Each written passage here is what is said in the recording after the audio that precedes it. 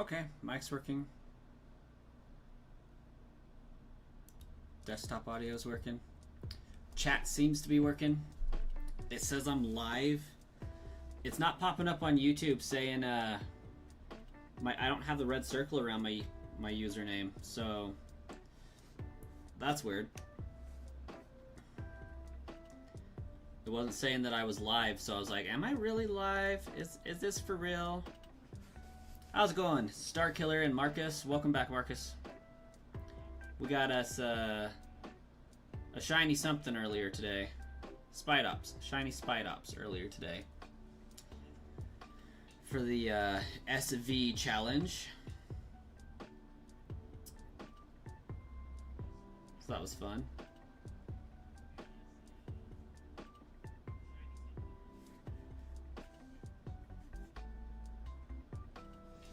Alright, so we got that going.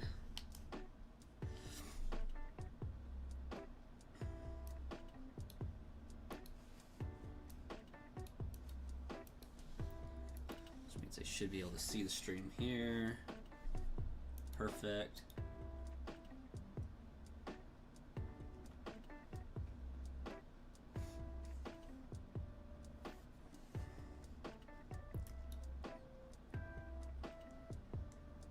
I'm not even confident I was streaming on the right channel earlier, to be honest.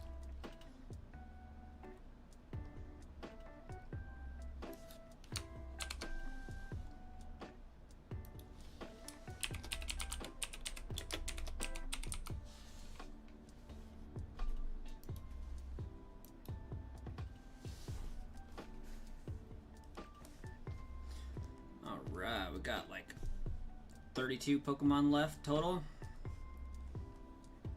I believe we're grinding some Poliwag. There we go. Should have like 2 more levels on Poliwag.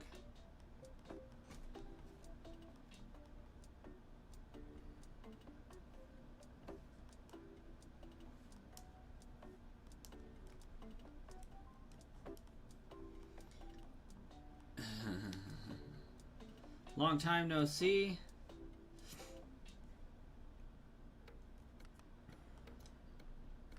Do be like that sometimes.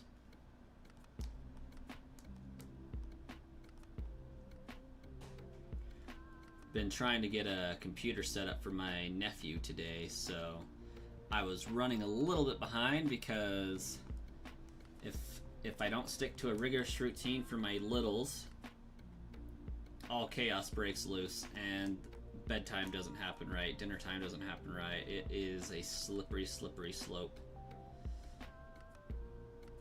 It's just the end of the world.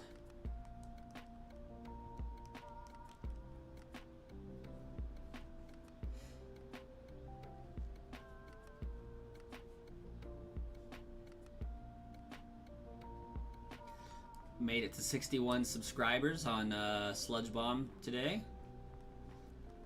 It's pretty sweet. We'll be at 100 before we know it. Onwards and upwards to 1,000. It'll help when I actually start posting videos. Which will happen when we get through the SV run. Gonna finish that run and then upload a bunch of shorts. Should be a good time.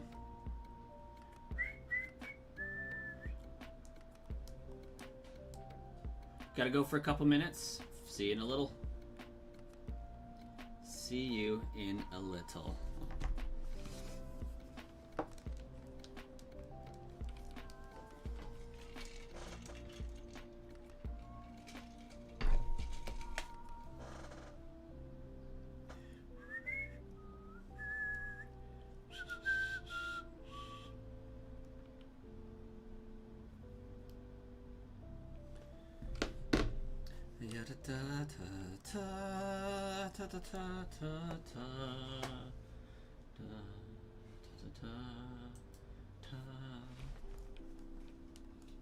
How's your day been so far, Starkiller?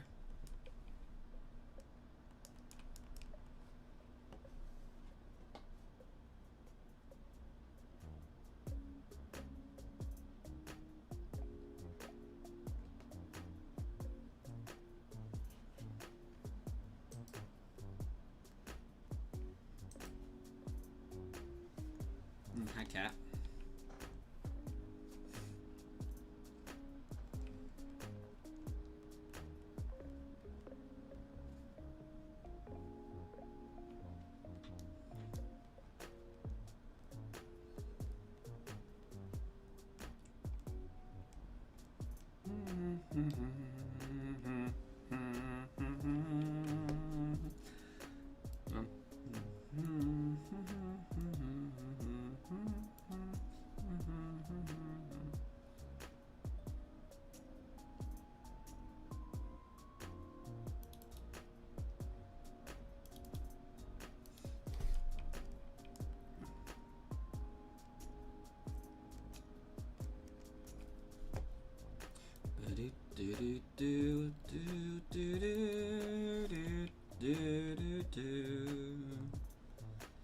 Azalea Town was such a bop. I spent so much time in there when I played through Gold and Silver.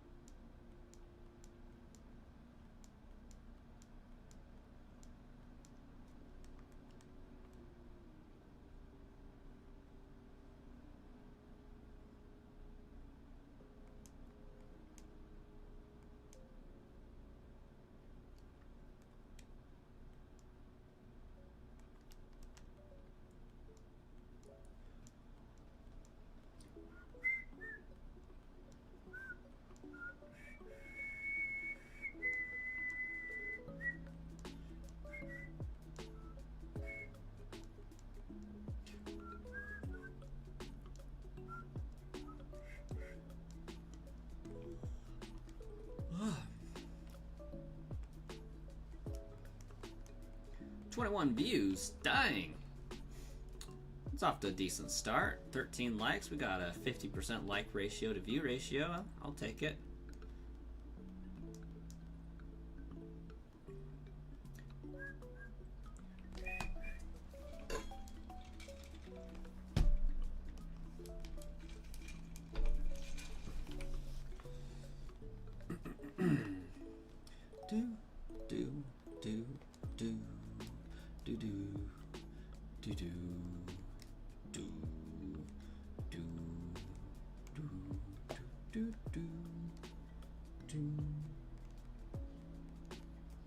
Eradicate.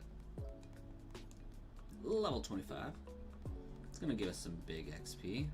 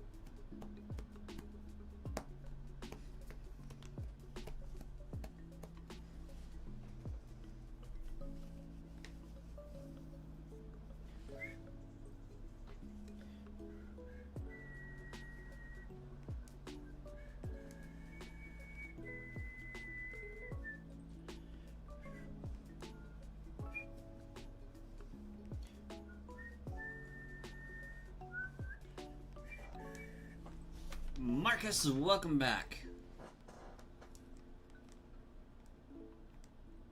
Glad to have you back.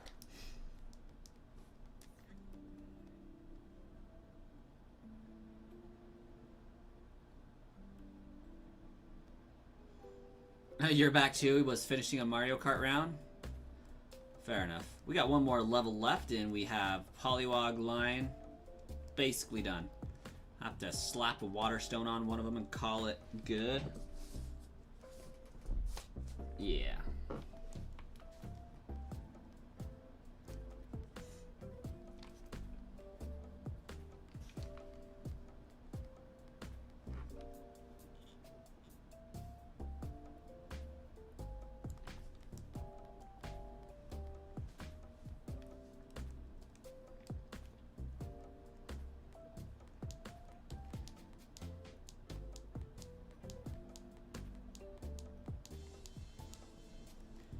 Make the long, arduous trek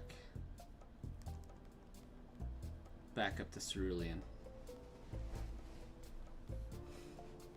Heck yeah, Starkiller has a Switch too. Day one, baby.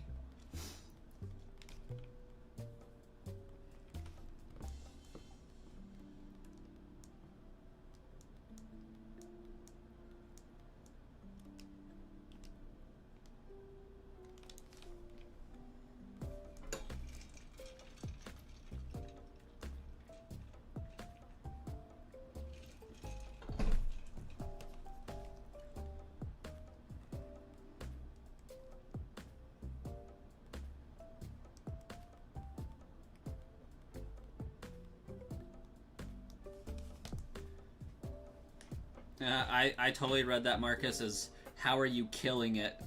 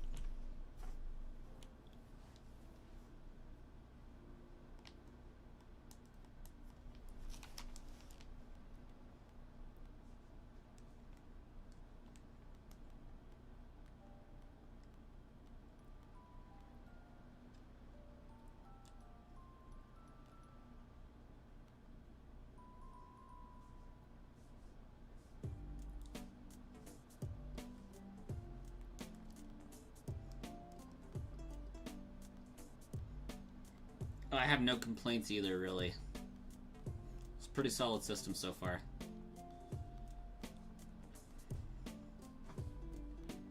My only complaint right now is that I don't have two docks, so I can leave one permanently stashed in the living room.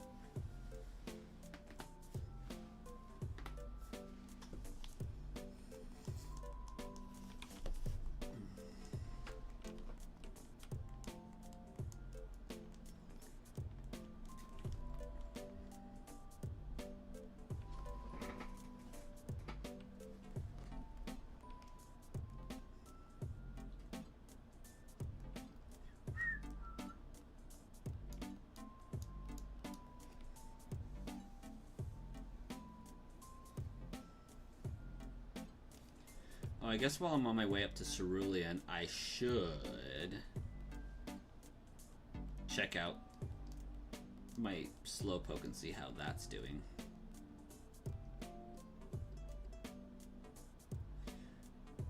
You like it? The only thing you don't completely like is Mario Kart World got a little boring, and this is a little chaotic for you? Yeah, a lot of people said that. My wife and I played, and yeah, it got boring way fast. Word on the street is we're getting backwards mode, so basically mirror mode, which will be exciting.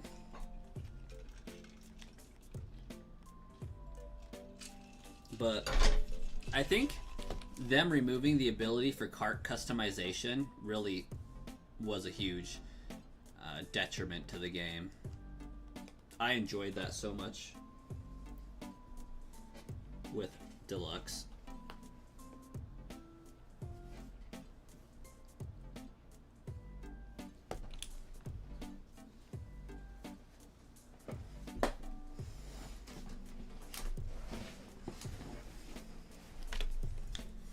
Let's be honest though, we really just got the Switch 2 because it had the GameCube emulator coming on it.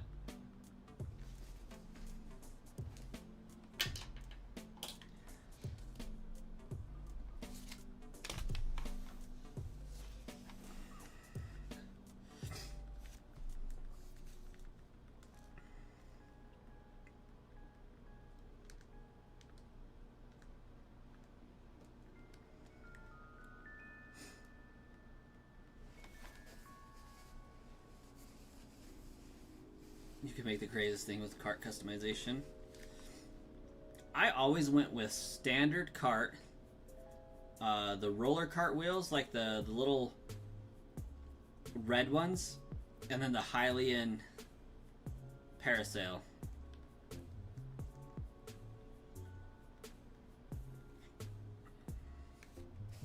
Oh, Marcus, if you have a Switch 2 and you have Nintendo Network Online with the expansion pack, you get an emulator for GameCube. Like, you can download the GameCube player on it and play GameCube games. One of the games that's available right now is Wind Waker. And they have announced that Pokemon Coliseum will be coming to it as well. At least I feel like they announced that.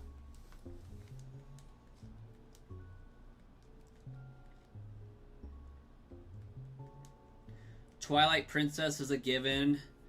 I'm sure we'll get the Ocarina of Time Master Quest disc and the Zelda Collector's Edition for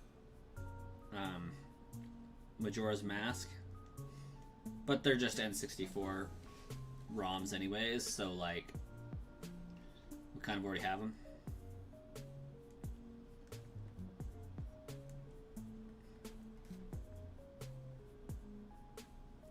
But yeah, Pokemon Coliseum and XD Gale of Darkness are anticipated.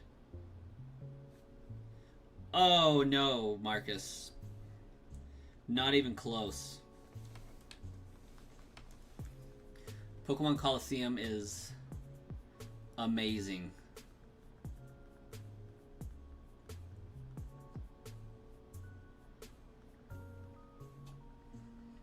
And there is our Poliwag.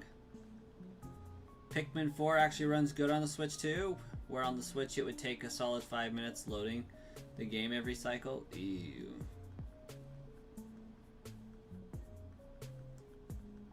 What? Poliwag is evolving.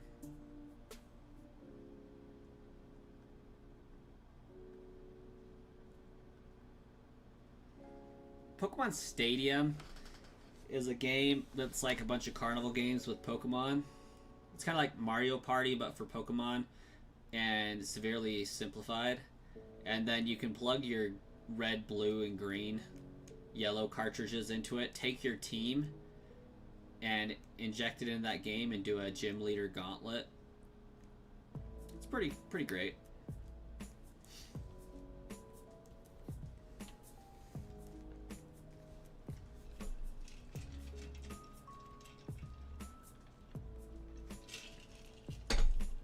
Pokemon Stadium's available on the Switch right now through that expansion pass.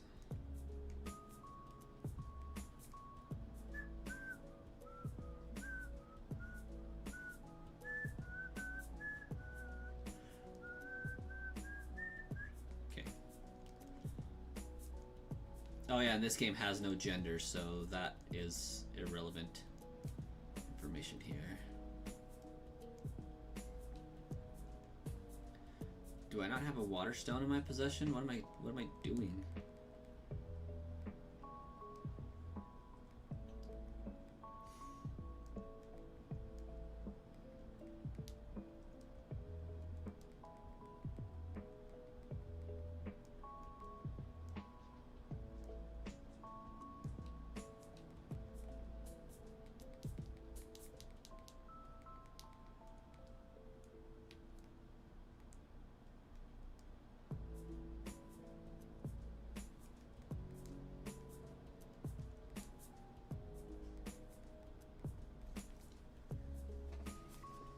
How dare I assume that Pokemon's gendered? Right now, it just doesn't have one. Disclosed, anyways.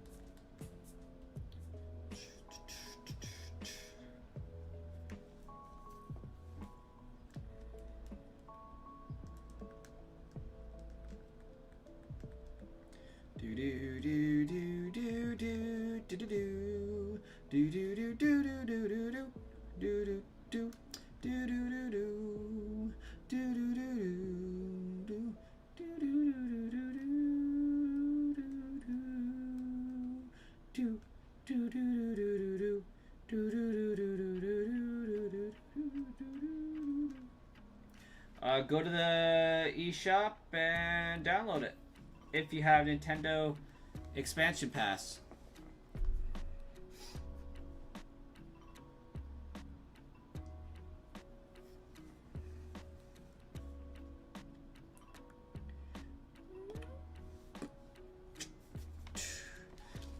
Oh, I can for sure remove one of those now.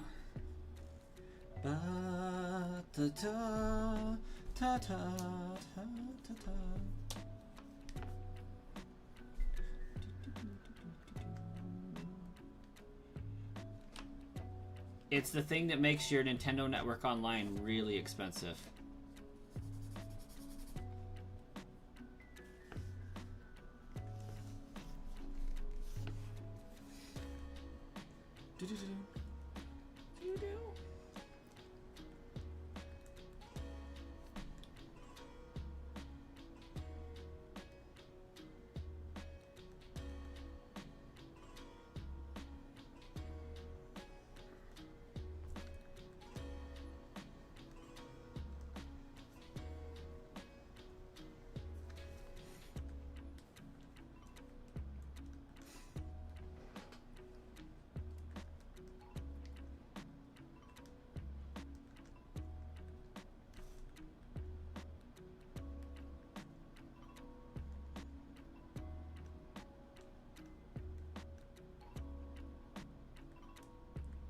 Oh yeah.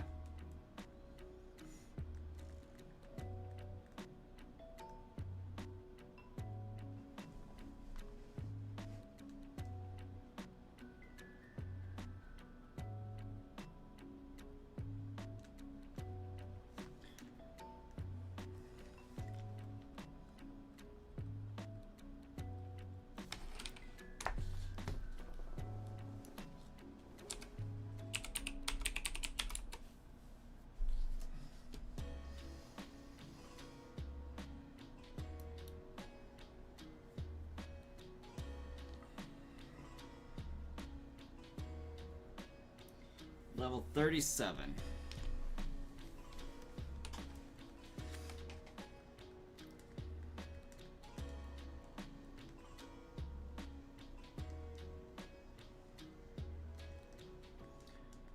Okay, we're not quite done.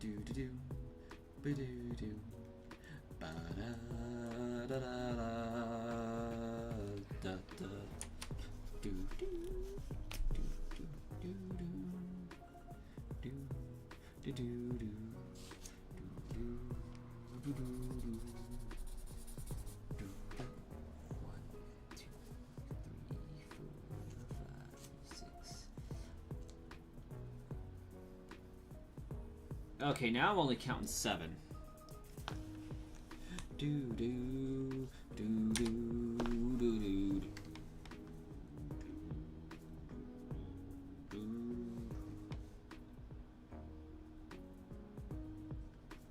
Yep, should be a red picture with a blue GameCube controller. Da da da. Da da da da da da da da da da. Goodbye, Lola.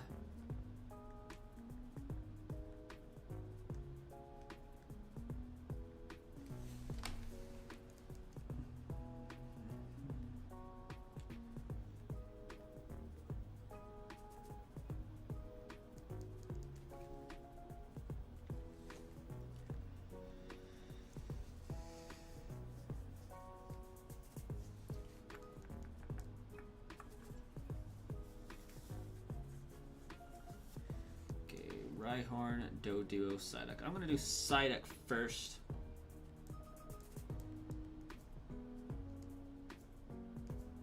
And then Tentacool.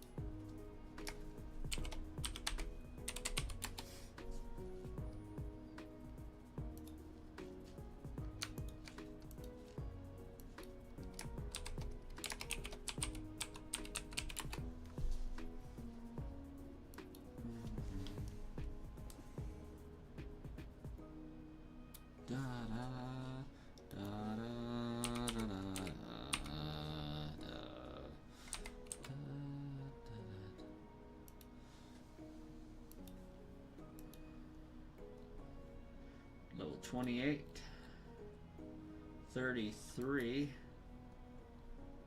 30.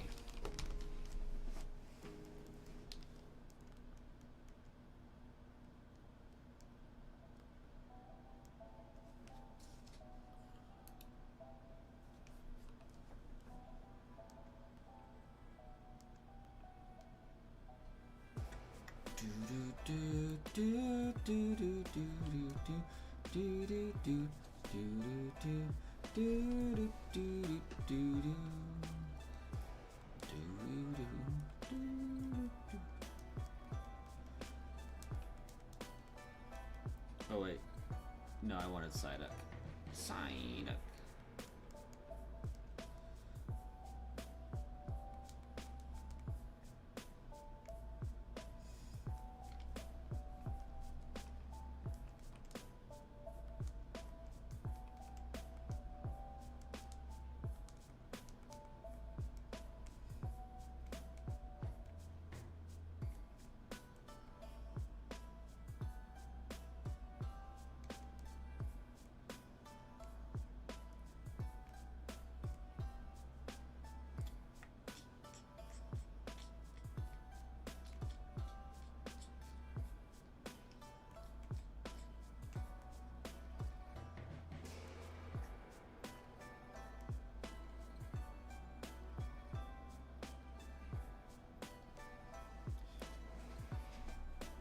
Is it in the mature 17 plus or the normal one? Oh my gosh. For Pokemon Stadium? That one's gotta be rated E for everyone.